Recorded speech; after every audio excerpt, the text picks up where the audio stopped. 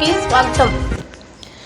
కూటమి ప్రభుత్వం మాలల పట్ల వివక్షత కుట్రపూరితంగా వ్యవహరిస్తున్నదని, వారిని ఎదుర్కొనేందుకు మాలల ఐక్యత చైతన్య యాత్రను హిందూపురం నుండి ఇచ్చాపురం వరకు ప్రారంభించామని మాల మహాసభ వ్యవస్థాపక అధ్యక్షులు మల్లెల వెంకట్రావు తెలిపారు. శుక్రవారం మాలల ఐక్యత చైతన్య యాత్ర నెల్లూరు వచ్చిన సందర్భంగా నెల్లూరులో మాల మేధావుల, మాల ఉద్యోగుల, మాల సంఘాలతో రౌండ్ టేబుల్ సమావేశం నిర్వహించారు. సందర్భంగా ఆయన మీడియాతో మాట్లాడుతూ కూటమి ప్రభుత్వం మాలల పట్ల కుట్రపూరితంగా వ్యవహరిస్తుందన్నారు. మాలలకు సంబంధించి 27 పథకాలను రద్దు చేసిన జగన్ ప్రభుత్వాన్ని ఓడించామని, అబద్ధాల మాటలతో గద్దెకెక్కిన చంద్రబాబు జగన్ కంటే దుర్మార్గంగా వ్యవహరిస్తున్న చంద్రబాబు విర్రవీగుతున్నాడని, జగన్ వస్తే అడ్రస్ లేకుండా పోతాడన్నారు. ఆంధ్రప్రదేశ్లో 60 లక్షల మాలల ఓట్లతో గద్దెకెక్కిన కూటమి ప్రభుత్వానికి మాలల సత్తా చూపుతామన్నారు. 2.5% ఉన్న కమ్మ, 4% ఉన్న రెడ్లు రాష్ట్రాన్ని దోచుకుంటున్నారన్నారు. 15% ఉన్న మాలలకు కాంట్రాక్ట్ మైన్స్ అన్ని రంగాలలో మా వాటా మాకు ఇవ్వాలని డిమాండ్ చేశారు. బ్యాంకులను, దేశాన్ని దోచుకునే దొంగలు రాష్ట్రాన్ని, దేశాన్ని పాలిస్తున్నారన్నారు. ఆగస్టు నెలలలో మాలల ఐక్యత యాత్ర ముగింపు సందర్భంగా 10 లక్షల మంది మాలలతో గర్జన చేసి మాలల సత్తా చూపుతామన్నారు. రాష్ట్రంలో వైసీపీ, టీడీపీ వ్యతిరేకంగా బీసీని ముఖ్యమంత్రి చేసి టీడీపీ, వైసీపీకి పాత్ర వేస్తామన్నారు. ఈ కార్యక్రమంలో మాలల సంక్షేమ ఐక్యవేదిక వ్యవస్థాపకులు కోట్ల గంగాధర్, మాలల విద్యార్థి రాష్ట్ర నాయకుడు doctor Subbarayudu, BVU state president Gangapatnam Mohan Ambedkar, MMS జిల్లా అధ్యక్షులు నేతగాని హరి, ఎంఈఎస్ జిల్లా అధ్యక్షులు కె కృష్ణప్రసాద్, బీఏ, బీటీఏ నాయకులు ఎన్ రమణయ్య, పల్లం వెంకయ్య తదితరులు పాల్గొన్నారు. నేను మల్లెల వెంకట్రావు, ఫౌండర్, ప్రెసిడెంట్, మాల మహాసభ. ఈ సమావేశంలో మాలల సంక్షేమ ఐక్యవేదిక రాష్ట్ర అధ్యక్షులు డాక్టర్ కోట్ల గంగాధర్ గారు, అట్లాగే మాల విద్యార్థి సంఘం అధ్యక్షులు డాక్టర్ సుబ్బరాయుడు గారు, మాల మహాసభ వర్కింగ్ ప్రెసిడెంట్ దండేర కృష్ణ గారు, ఇక్కడ నెల్లూరుకు సంబంధించి ఉద్యమ మిత్రులు, నాయకులు మా గంగపట్నం మోహన్ గారు, అదేవిధంగా కేపీ గారు, నవీన్ గారు, సీనియర్ నాయకులు, బీటీఏ నాయకులు రమణయ్య గారు, మిగతా మిత్రులు ఈ సమావేశంలో ఉన్నారు. మేము ఇక్కడ నెల్లూరు వచ్చిన ఉద్దేశం, నెల్లూరు ప్రాంతంలో ఉన్న మాల నాయకులు, మేధావులు, అంబేద్కర్ వాదులతో కలిసి ప్రభుత్వం మాలల పట్ల అనుసరిస్తున్న ఈ వివక్ష పూరిత విధానాలను ఎదుర్కొనేందుకోసం ఒక కార్యక్రమాన్ని, కార్యాచరణను రూపొందించడం కోసం వచ్చాం. ఎందుకంటే గతంలో జగన్మోహన్ రెడ్డికి మద్దతు ఇచ్చి దళితుల యొక్క అన్ని రాజ్యాంగ పథకాలన్నీ రద్దు చేయించుకొని, పథకాలు రద్దు చేసి మార్చి ప్రైమరీ స్కూల్స్, హాస్టళ్ళు, overseas education, best available schools, అట్లాగే మా ఉద్యోగుల మీద సరైన ప్రాధాన్యత లేని వివక్షాపూరిత విధానం జగన్మోహన్ రెడ్డి అవలంబించాడు. కాబట్టి ఆ రోజు జగన్మోహన్ రెడ్డిని ఓడించాం.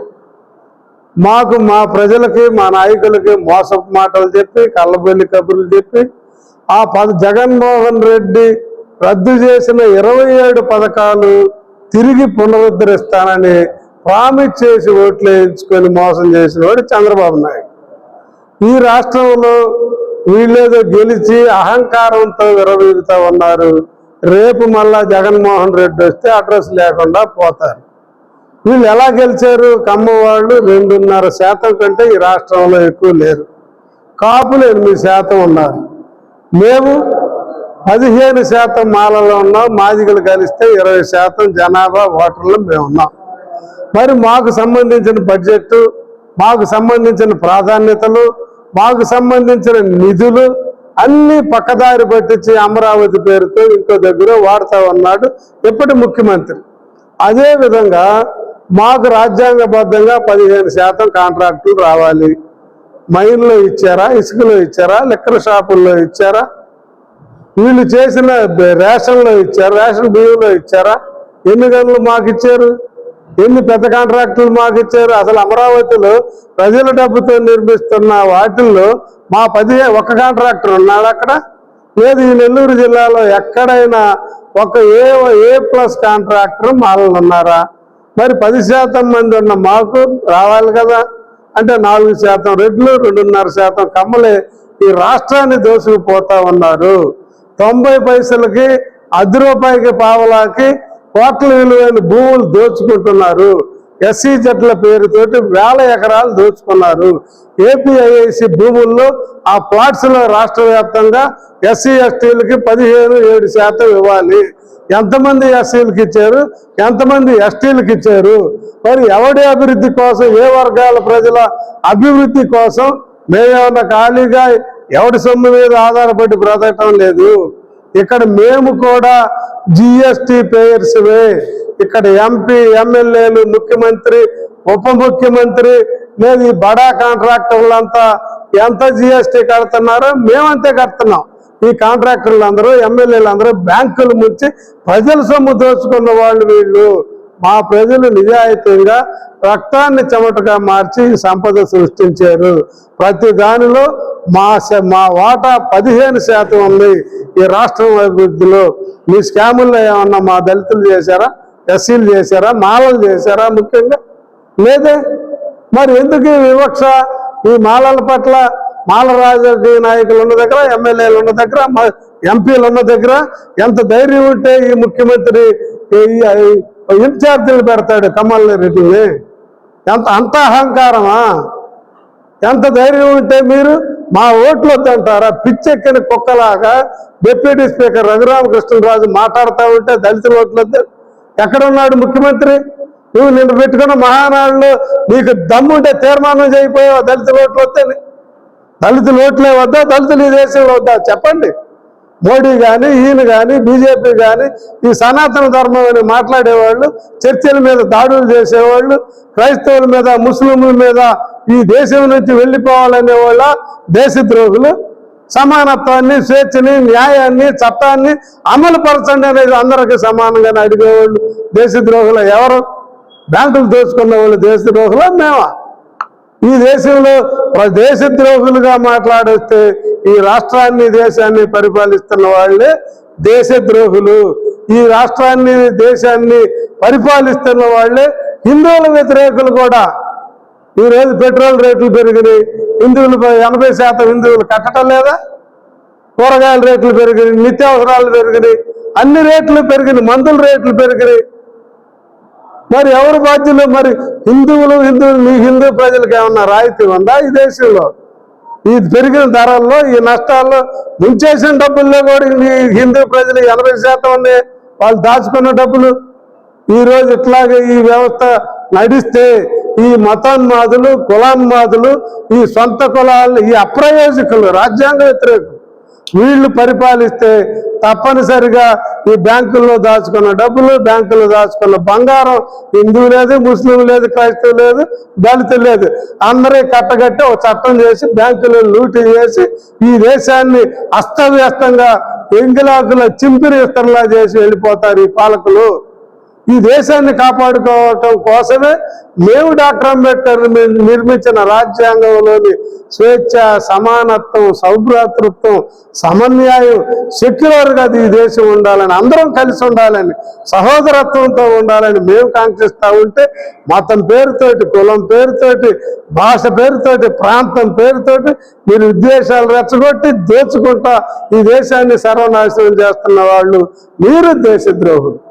దీనితో పాటు రాజ్యాంగ వ్యతిరేకంగా తీర్పులు ఇస్తున్న వాళ్ళు కూడా దేశద్రోహులే. రిజర్వేషన్ల వర్గీకరణ చట్టం ద్వారా, చట్టం ఏం చెప్పింది?